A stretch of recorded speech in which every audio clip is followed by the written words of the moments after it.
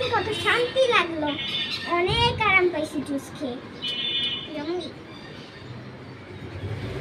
কিরে তোর আসতে এত দেরি হইলো কেন? কি করলি এত করে স্কুলে? রোদের মধ্যে নিশ্চয়ই দৌড়াদৌড়ি করছস। আরে না, দৌড়াদৌড়ি করি নাই। আজকে না সব স্যার ম্যাডাম মিলা যতগুলো স্টুডেন্ট আসছে সবাইরে এক গ্লাস করে জুস খাইতে দিছি। ওই তো জুস খাইতেই দেরি হয়ে গেছে। অনেক মজা ছিল, একদম ঠান্ডা ঠান্ডা। এটা খেয়ে তোর গলা মানে বসে গেছে, এখন ঠান্ডা লাগছে না? বেশি ঠান্ডা খাইছস গরমের মধ্যে। আরে একটু তো খাওয়াই যায়। সবাইকে ফ্রি দিছে? হ্যাঁ।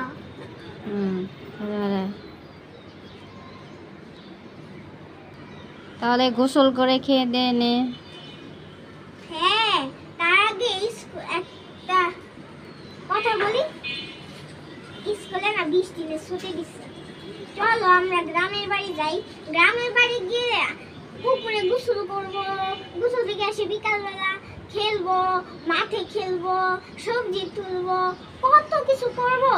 আর এখানে গাছপালা কিছুই নেই, আর এখানে কত গাছপালা, খালি ঘোরাঘুরি করব। তাহলে তো ভালো হয়েছে। গরম হয়েছে, এর মধ্যে এখানে শহরে ইট পাথরের বাড়িতে আর থাকতে পারতেছি না। পুরো ঘরে থাকবো। এর চেয়ে ওই সনের ঘরে গিয়ে থাকা অনেক শান্তিতে।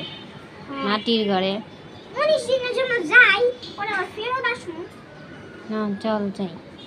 তো নিচে ওই যে দারোয়ান যে আছে, দারোয়ান বিকেলবেলা শরবত বানায় খাওয়াইতে হবে। ওই বেচারা সারাদিন রোদের মধ্যে দাঁড়ায় দাঁড়ায় গেট পাহারা দেয় না। শরবত খাওয়াইতে হবে। তারপরে কাজের খালা আসলে তারেও তো শরবত খাওয়াইতে হবে। বাড়িতে যে কয়জন আছে ওই লেবু দিয়ে ট্যাং মিশিয়ে যা বানাবো, সবাই তো এরকমই করতেছে। এখন গরমের মধ্যে পানি পিপাসা তো বেশি। আর বাড়ি থেকে আসার সময় তাজা তাজা সবজি, লেবু এগুলো বেশি করে নিয়ে আসবো, অনেক দিন এখানে কেনাকাটা না করতে হয়।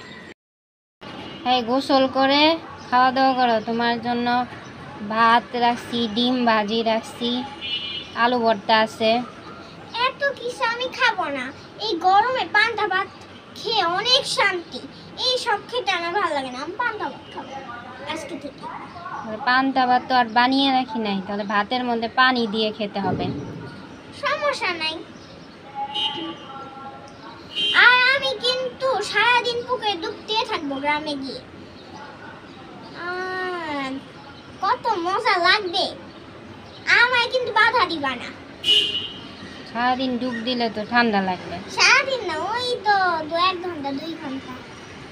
ঠিক আছে, সব কিছুর তো একটা লিমিট আছে না? হ্যাঁ, লিমিট তো আছে। আর আজকে বাবারে আসার সময় মাওয়াই আইসক্রিম আনতে বলে দিই। ঠিক আছে।